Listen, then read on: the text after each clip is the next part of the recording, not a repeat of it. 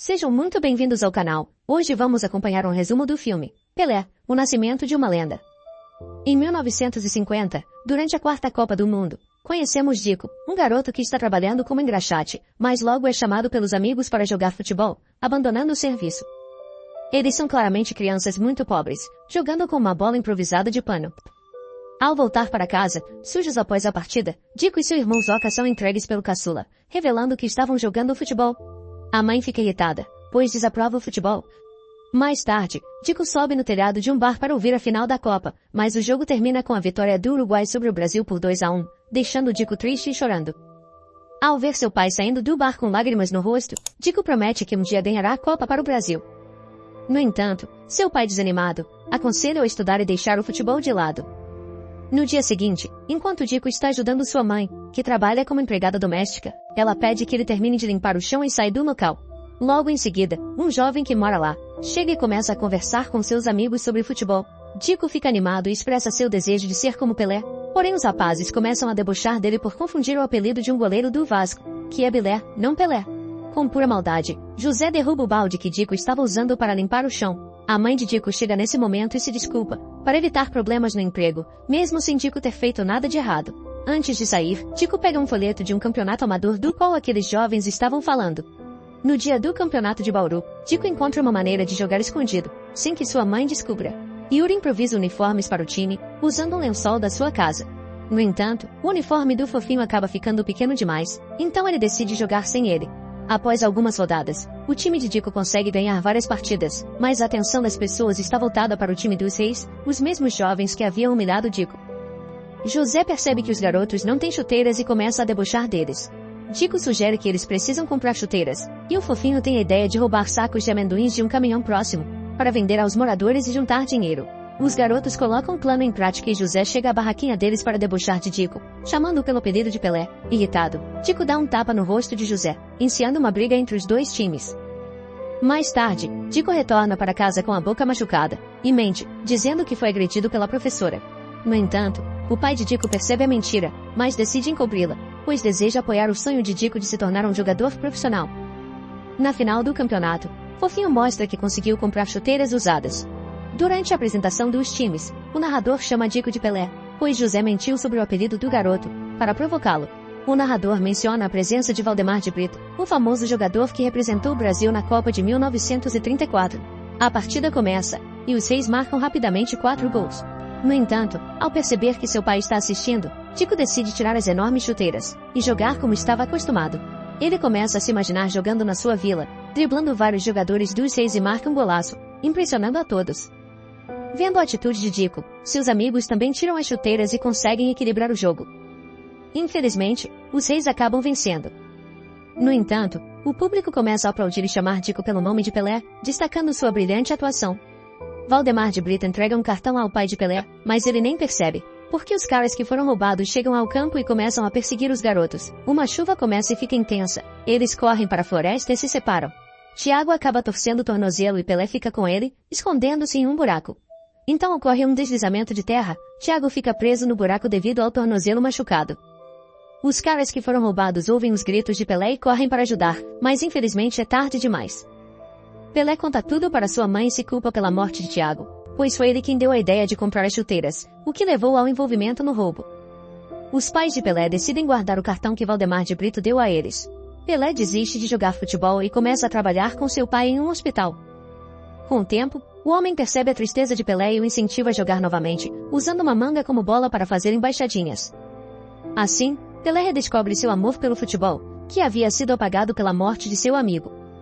Após alguns anos, Pelé continua treinando intensamente.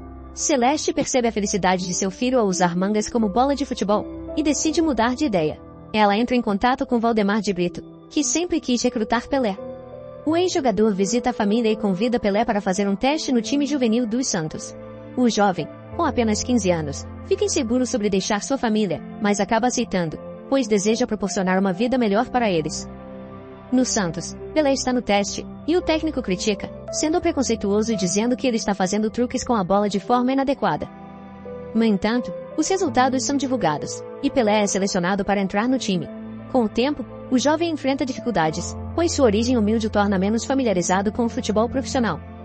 Desanimado, Pelé tenta desistir e foge do dormitório à noite, mas Valdemar, que estava trabalhando até tarde, o segue até a estação de trem e pergunta o que aconteceu.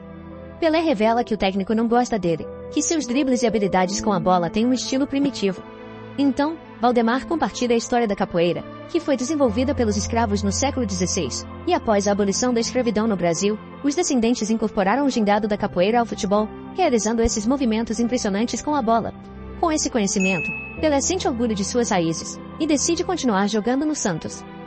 Após alguns dias, ocorre uma partida entre Santos e Cubatão. O time de Pelé está sofrendo uma goleada. No entanto, ele se lembra dos treinamentos com seu pai e marca um incrível gol de bicicleta, impressionando até o técnico. A partir daí, o jovem ganha mais liberdade para jogar do seu próprio jeito e lidera várias vitórias para o time juvenil dos Santos. Logo, Pelé começa a chamar a atenção dos olheiros e é promovido para o time principal. Com isso, ele passa a receber um bom salário e decide visitar sua família, presenteando sua mãe com um novo fogão e seu pai com um rádio, para acompanhar os jogos de futebol. Chega o dia da convocação para a Copa de 1958, e Pelé recebe a notícia de que foi selecionado para representar o Brasil. Porém, com apenas 16 anos, ele fica receoso em decepcionar os brasileiros. Mais tarde, Pelé reencontra seu amigo Yuri, que conta que Fofinho foi preso e está cumprindo um ano de pena por continuar cometendo roubos. Após isso, chega o dia em que Pelé viaja para o Rio de Janeiro. Yuri também costurou um uniforme com o nome Pelé nas costas, fazendo Dico começar a aceitar esse apelido dado por José. E seu pai lhe dá um valioso conselho, revelando que também teve uma carreira no futebol, mas não teve fé suficiente no estilo criado por seus antepassados, o que resultou em fracasso. No Rio, o jovem conhece Garrincha e Vavá, porém, descobre que será reserva ao conversar sobre a escalação. Para piorar, José também foi convocado e não perde tempo em criticar o estilo de Pelé para a mídia, alegando que seu próprio estilo, baseado nos europeus, é superior. Em seguida, o técnico da seleção determina que o jovem corte o cabelo e o proíbe de jogar no estilo brasileiro. O técnico busca imitar o estilo europeu, na esperança de que o Brasil conquiste a Copa do Mundo desta vez. No dia seguinte, os treinamentos para a Copa começam, e Pelé decide jogar da forma como seu pai o ensinou. No entanto, ele acaba sofrendo uma lesão no joelho. O médico examina e informa que Pelé só poderá voltar a jogar na próxima temporada, o que significa que ele não participará da Copa do Mundo. Enquanto isso, no rádio, todos ouvem a mídia criticando a seleção brasileira. Após algumas semanas, a Copa do Mundo se inicia, e Pelé ainda está com o joelho lesionado. Ele acompanha os jogos pela TV, e o narrador fala que o Brasil é considerado uma grande surpresa. Nesse momento, Pelé recebe um tratamento especial de um amigo, que utiliza chás feitos com ervas africanas, para ajudar na recuperação de seu joelho. Assim, o joelho do garoto melhora um pouco. No entanto, José e mais 2 titulares se machucam na partida contra a Inglaterra. Sem opções, o técnico é obrigado a colocar Pelé para jogar, mesmo que seu joelho ainda não está recuperado. Chega o momento da partida contra a União Soviética. Os espectadores começam a zombar de Pelé, por ser consideravelmente menor que os outros jogadores. O árbitro apita e o jogo começa. Garrincha e Vavá marcam um gol para a seleção, porém Pelé está sendo facilmente dominado pelos jogadores russos, que são mais fortes fisicamente. Mas no final, a seleção consegue a vitória. Em seguida, enfrentamos a França nas semifinais, mas sofremos um gol no primeiro tempo. Pelé decide esperar o intervalo para sugerir que José o substitua. Porém, José desabafa e revela que sempre quis jogar como os europeus, mas mudou de ideia ao assistir Pelé em ação, percebendo que o estilo brasileiro é único, e que não adianta tentar mudá-lo, pois faz parte da nossa identidade. O segundo tempo começa, e o jovem segue o conselho de José, dominando a bola no peito e driblando 3 jogadores franceses ao mesmo tempo, marcando um incrível gol de voleio. Poucos minutos depois, Pelé marca mais 2 gols, levando o Brasil à final. O time passa vários dias se preparando para enfrentar a Suécia. Chega o dia da coletiva de imprensa, e o técnico sueco começa a zombar dos jogadores brasileiros, chegando ao ponto de chamá-los de anormais. A maioria das pessoas acreditava que a Suécia venceria facilmente. No dia seguinte, Pelé percebe que a moral do grupo está baixa, e tenta animar o ambiente com uma brincadeira sem deixar a bola cair, mas Garrincha e Zito não querem. No entanto, José apoia Pelé, e diz que pode ser uma boa ideia. Todos acabam concordando e começam a fazer várias manobras com a bola no hotel, passando pela cozinha, depois chegando a derrubar acidentalmente o açucareiro de um senhor desconhecido, e levando a bola até um lago na rua. O treinador observa de longe os jogadores se divertindo, e convoca uma reunião com eles. Reconhecendo que cometeu um erro ao tentar fazer com que imitassem um estilo europeu, ele enfatiza que o Brasil possui seu próprio estilo, e que devem ser reconhecidos por ele, independentemente do resultado do jogo. No dia da partida, é revelado que o Brasil precisará usar um uniforme azul, pois a Suécia escolheu usar o amarelo para a final. Enquanto isso, todos acompanham o jogo pelo rádio e pela TV. No estádio, o árbitro dá o apito inicial, e a partida começa. No entanto, desde o início Pelé é alvo de empurrões e faltas, mas o árbitro ignora. Aos 4 minutos de jogo, a Suécia marca um gol, deixando a equipe brasileira desanimada. Determinado a não repetir o resultado da Copa de 1950, Pelé supera a defesa sueca e ajuda com o primeiro gol do Brasil. Pouco depois, Garrincha avança para a área, passa a bola para Vavá, que marca um gol de carrinho. Os comentaristas começam a elogiar a forma de jogo dos brasileiros, e logo em seguida Pelé marca mais um gol, seguido por Zagallo, aumentando a vantagem da seleção no placar.